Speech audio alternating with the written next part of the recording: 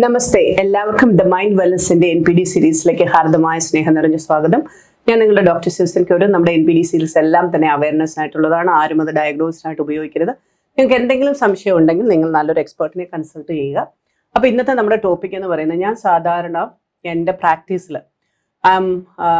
വർഷങ്ങളായിട്ട് over 30 years ആയിട്ട് നമ്മൾ ഈ ഫീൽഡിൽ പ്രാക്ടീസ് ചെയ്യുന്ന ഒരാളാണ്. അപ്പോൾ ആയിരക്കണക്കിന് വിക്ടിംസും നാർസിസിസ്റ്റിക് പേഴ്സണാലിറ്റി ഉള്ള ആളുകളുമായിട്ട് നമ്മൾ ഡീൽ ചെയ്തിട്ടുണ്ട്.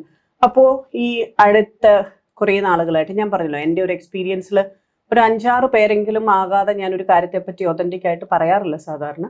പക്ഷേ ഈ അടുത്ത ഇടയ്ക്ക് ഞാൻ കാണുന്ന ഒരു നമ്മൾ ചിലപ്പോൾ നമ്മൾ ഓർക്കും, ഈ പെർട്ടിക്കുലർ വ്യക്തി, ഒരു നാർസിസിസ്റ്റിൻ്റെ മക്കൾ അതിനകത്തൊരു ഗോൾഡൻ ചൈൽഡ് ആണ് എന്നുള്ളത് നമുക്ക് ഫീൽ ചെയ്യും.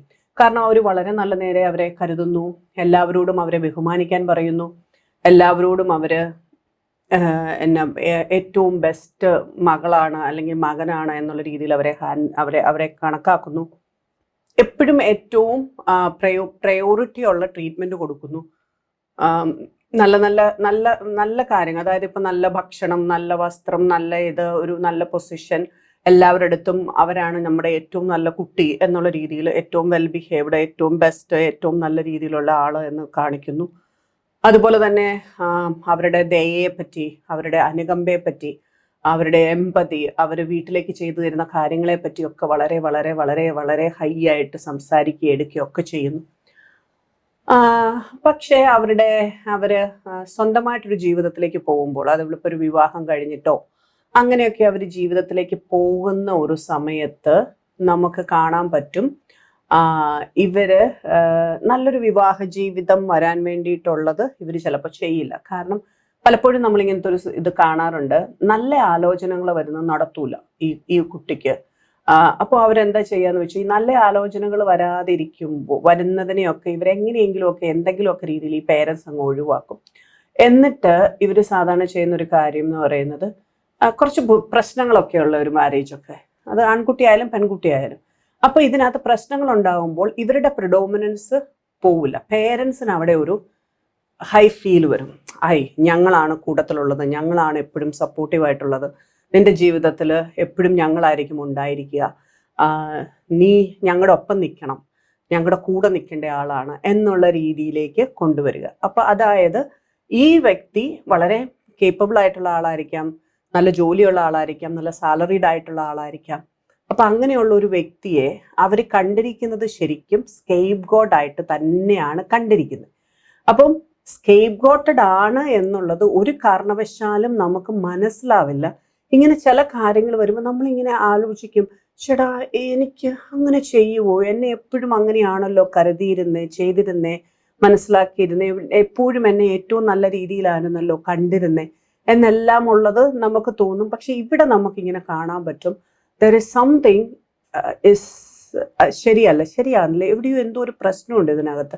കാരണം ഇവരെപ്പോഴും എൻ്റെ കൂടെ ഇങ്ങനെ നിൽക്കാനായിട്ടും അവരുടെ കൂടെ എന്നെ നിർത്താനായിട്ടും വേണ്ടിയിട്ട് അവർ ഈ രീതിയിലുള്ള ചില കാര്യങ്ങൾ ചെയ്യുന്നത്. അത് പ്രത്യേകിച്ച് ആ മാരേജിൻ്റെ ഏരിയാസിലാണ് അതങ്ങനെ വരുന്നത്. അതല്ല എന്നുണ്ടെങ്കിൽ അവർ ഭയങ്കരമായിട്ട് നമ്മളോട് ബുദ്ധിമുട്ട് കാണിക്കും, നമ്മളെ കുറച്ചൊന്ന് പിണക്കങ്ങളും, അല്ലെങ്കിൽ നമ്മളെ പറ്റി ഞാൻ എങ്ങനെ കൊണ്ട് നടന്ന ആളാണ്, ഞാൻ എത്ര കാര്യമായിട്ട് കരുതിയ ആളാണ്, ഇപ്പം അവൾക്ക് താല്പര്യമില്ല ഞങ്ങളോട്, അവൾക്ക് ഇത് അല്ലാതെ നമ്മളെ ആ സ്കേപ്പ് ഗോട്ട് ആയിട്ട് വലിയ ഇതായിട്ട് കാണിക്കത്തില്ല, ഒരു കവേർഡായിട്ട്. അപ്പോൾ ഇതിന് ഞാൻ അതിന് കൊടുത്തിരിക്കുന്ന ഒരു പേരാണ് നമ്മുടെ ഗോൾഡ് കവേർഡ് ആയിട്ടുള്ള ഒരു സ്കേപ്പ് ഗോട്ട് ചൈൽഡ് അല്ലേ. അപ്പം ഗോൾഡ് കവറിങ് ഒക്കെ നടത്തത്തില്ലേ, നമ്മൾ പറയത്തില്ലേ, തങ്കത്തിൽ പൊതിഞ്ഞ സ്വർണ്ണാഭരണങ്ങൾ, ഇങ്ങനെ ശരിക്കും സ്വർണ്ണമല്ല, അപ്പം ഗോൾഡ് പ്ലേറ്റഡ് ആണത്. അപ്പം ഇതൊരു ഗോൾഡ് പ്ലേറ്റഡ് ആയിട്ടുള്ള ഒരു സ്കേപ്പ് ഗോട്ട് ചൈൽഡ്. അപ്പം ഈ ഒരു കാര്യം നമ്മൾ ഒത്തിരി അനലൈസ് ചെയ്യുമ്പോഴാണ് നമുക്ക് മനസ്സിലാകുന്നത് ഇവിടെ എന്താ സംഭവിക്കുന്നതെന്ന്. നമുക്ക് നോക്കുമ്പോൾ നമ്മൾ ആ പാറ്റേൺസ് പലതും അനലൈസ് ചെയ്യുമ്പോൾ നമ്മൾക്ക് കണ്ടിട്ടുള്ള ഒരു പാറ്റേൺ ആണിത്. അവർ വളരെ ഗോൾഡൻ ചൈൽഡിന്റെ ആ ലെവലിൽ തന്നെയാണ് അവരെ ട്രീറ്റ് ചെയ്യുന്നത്. ഈ വിവാഹ ജീവിതം ഏറ്റവും അത് മോശമായ ആളുകളെ അവർ കണ്ടുപിടിക്കത്തുള്ളൂ. അവർ നല്ല ആളുകളുമായിട്ടുള്ള വിവാഹം നടത്തി കൊടുക്കത്തില്ല അവരെന്തായാലും. നല്ല നല്ല ആലോചനകൾ വരുമ്പോഴും അതിൽ നിന്നൊക്കെ അവരെ തട്ടിമാറ്റി വിടും, എന്തെങ്കിലുമൊക്കെ രീതിയിൽ അവരത് എന്തെങ്കിലുമൊക്കെ കാരണങ്ങൾ കണ്ടുപിടിച്ച് അതിനെ മാറ്റിയിട്ട് മോശമായിട്ട് കണ്ടിട്ട് ഇവർക്ക് അതിനകത്തൂടെ കടന്നു പോകാൻ പറ്റാതെ വരുമ്പോൾ ഇവരാണ് ഏറ്റവും സപ്പോർട്ടീവ്, ഇവരെ എപ്പോഴും കൂടെ നിൽക്കുന്നു, ഇവരുടെ കൂടെ അവരെ കൊണ്ടുപോകുന്നു എന്നുള്ള രീതിയിലേക്കൊക്കെ കൊണ്ടുവന്നിട്ട് ഇവര് അവരുടെ കൂടെ നിർത്തി അവരുടെ ആവശ്യങ്ങൾക്ക്, അവരുടെ സെൽഫിഷ് നീഡ്സിന് വേണ്ടിയിട്ട്, പേരൻസിന് ആരെങ്കിലും കുട്ടികൾ അവരുടെ കൂടെ ഉണ്ടായിരിക്കണം എന്നുണ്ടായിരിക്കും, അതുപോലെ തന്നെ അവർക്ക് വേണ്ട കാര്യങ്ങൾ ചെയ്തു കൊടുക്കാൻ ഒരാൾ വേണമെന്നുണ്ടായിരിക്കും, ഇങ്ങനെയുള്ള കാര്യത്തിന് വേണ്ടിയിട്ട്. അത് പക്ഷെ പുറമേ ഒന്നും നമുക്ക് മനസ്സിലാവില്ല. പക്ഷെ ഈ രീതിയിൽ നിന്നുകൊണ്ട് ചില കോവേർട്ട് ആയിട്ടുള്ള നാർസിസിസ്റ്റിക് പേഴ്സണാലിറ്റി ഉള്ള പേരൻസുകൾ ഉണ്ട്. പലപ്പോഴും അത് നമ്മൾ വളരെ വൈകിയായിരിക്കും തിരിച്ചറിയുന്നത്. അതുകൊണ്ട് തന്നെ നമ്മളുടെ വിവാഹ ജീവിതത്തിൽ അഡൽട്ടായി കഴിഞ്ഞു കഴിഞ്ഞാൽ കുറേയൊക്കെ നമ്മൾ നോക്കണം, ഇത് ശരിയാണോ, ഇത് നല്ല രീതിയിലുള്ള ഒരാളാണോ. I am not talking about പേരൻസിന്റെ കൂടെ നിൽക്കുന്ന കുട്ടികളെ പറ്റി അല്ല പറയുന്നത്. ഇതങ്ങനെ അല്ലാതെ അത് നശിപ്പിച്ചിട്ട് അവരുടെ ജീവിതത്തിൽ പ്രശ്നങ്ങൾ ഉണ്ടാക്കിയിട്ട് വേറൊരു വ്യക്തി വരാതെ ഇവരുമായിട്ട് കൂടുതൽ കണക്ട് ചെയ്യുന്ന പോകുന്ന രീതിയിൽ കൊണ്ടുപോകാനായിട്ടുള്ള രീതിയിൽ ചെയ്യുന്ന പേരൻസ് ഉണ്ട്. അപ്പൊ ഇങ്ങനത്തെ ഉള്ള കാര്യത്തിൽ പലപ്പോഴും നമുക്ക് മനസ്സിലാവില്ല, ഇതൊരു ഗോൾഡ് പ്ലേറ്റഡ് ആണ്, ശരിക്കും ഗോൾഡൻ ചൈൽഡ് എന്നുള്ള രീതിയിൽ തന്നെയാണ് അവരെ കൊണ്ടുപോവുക. പക്ഷെ അറ്റ് ദി എൻഡ് നമ്മൾ നോക്കുമ്പോൾ ഇവരൊരു സ്കേപ്പ് ഗോട്ടഡ് ആയിട്ടുള്ള ഒരു പേഴ്സൺ ആണ്. അവരെ യൂസ് ചെയ്ത് സ്വന്തം ജീവിതത്തിൽ എല്ലാ കാര്യങ്ങളും നേടിയെടുക്കാനായിട്ട് ശ്രമിക്കുന്ന ഒരു പേരന്റിങ്ങിന്റെ ഒരു സ്കേപ്പ് ഗോട്ട് ആയിട്ടുള്ള ഇരകളാണ് അവർ. അപ്പൊ അതിനകത്ത് ഈ അബ്യൂസീവ് ആയിട്ടുള്ള അവർ നാർസിസിസ്റ്റിക് പേരൻസ് തന്നെയാണ് കേട്ടോ. നമ്മൾ അനലൈസ് ചെയ്ത് നോക്കുമ്പോൾ നമുക്ക് കാണാൻ പറ്റും ദേവർ കംപ്ലീറ്റ്ലി നാർസിസിസ്റ്റിക്. ചില പേരൻസ് ഒക്കെ കുട്ടികൾക്ക് ആ ഒരു ജോലിയിലേക്ക് കയറുമ്പോൾ ജോലിയൊക്കെ കളഞ്ഞിട്ട് പിള്ളേരുടെ ശമ്പളത്തിൽ മാത്രം ജീവിക്കുന്ന പേരൻസിനെ നമുക്ക് കാണാൻ പറ്റും.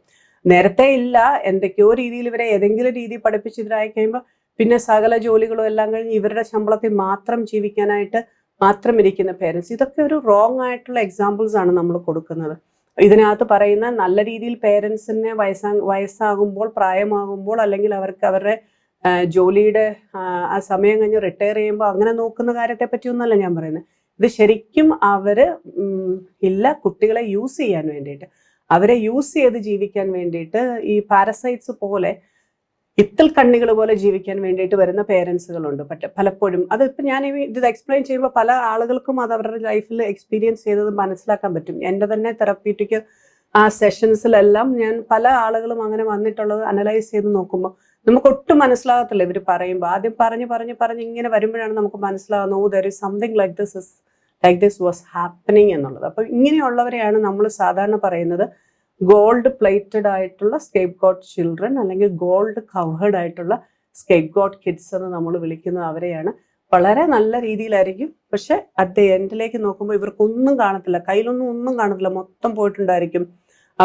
പിന്നെ അവര് ചിലപ്പം ഇവരെ ആശ്രയിച്ച് അങ്ങ് ജീവിക്കുമ്പോൾ ഇവരെ വീണ്ടും ആ ഗോൾഡൻ ചൈൽഡ് ഫീൽ തന്നെയാണ് കൊണ്ടുപോകുക. ഇതെല്ലാം നമ്മൾ സാധാരണ കാണുന്നതാണ്. അതുകൊണ്ട് തന്നെ എപ്പോഴും ഞാൻ പറയുന്നത്, നിങ്ങളുടെ ജീവിതത്തിൽ നിങ്ങൾ അഡൾട്ട് ഈഗോയിലേക്ക് കയറി തീരുമാനങ്ങൾ എടുക്കുന്ന, കാര്യകാരണ സഹിതം മനസ്സിലാക്കി നമ്മുടെ എക്സിക്യൂട്ടീവ് ഫങ്ഷൻസ് ഒക്കെ നല്ലപോലെ പ്രവർത്തിക്കുന്ന, ഫ്രണ്ടൽ ലോബ്സ് ഒക്കെ നല്ലപോലെ പ്രവർത്തിക്കുന്ന, ഡിസിഷൻ മേക്കിംഗ് സ്കിൽസുകളൊക്കെയുള്ള, എല്ലാ കാര്യത്തിലും അവനവൻ്റെ ഒരു നല്ല ശരിയായ കാഴ്ചപ്പാടുള്ള ഒരു വ്യക്തികളായിട്ട് നിങ്ങൾ മാറിയില്ല എന്നുണ്ടെങ്കിൽ നിങ്ങളെ ആർക്ക് വേണേലും ചൂഷണം ചെയ്യാവുന്ന ഒരു അവസ്ഥയിലായിരിക്കും നിങ്ങൾ ഉണ്ടായിരിക്കുക.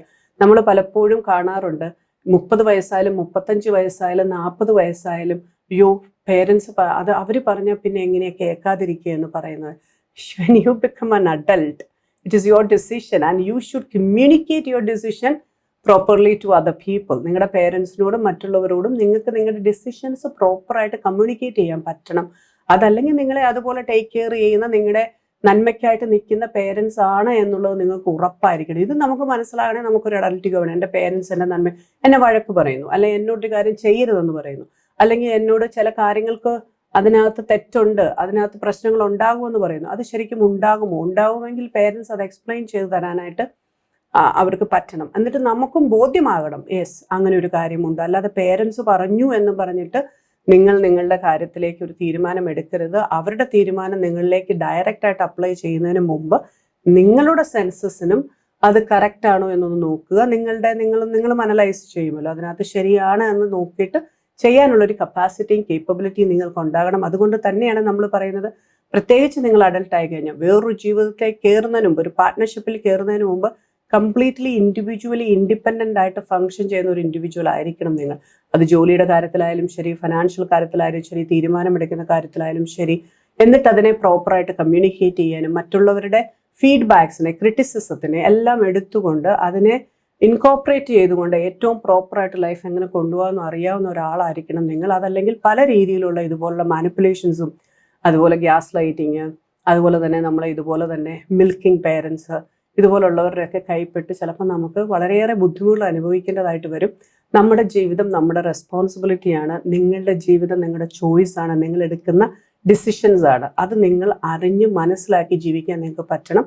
നമുക്ക് എല്ലാവർക്കും നല്ല മനോഹരമായിട്ട് ജീവിക്കാനുള്ള അവകാശമുണ്ട്. പീസ്, ഹാപ്പിനെസ് ആൻഡ് പ്രോഗ്രസ് നമ്മുടെ ജീവിതത്തിന്റെ ഭാഗമായിരിക്കണം. അതിന് ദൈവം നമ്മെ എല്ലാം അനുഗ്രഹിക്കട്ടെ.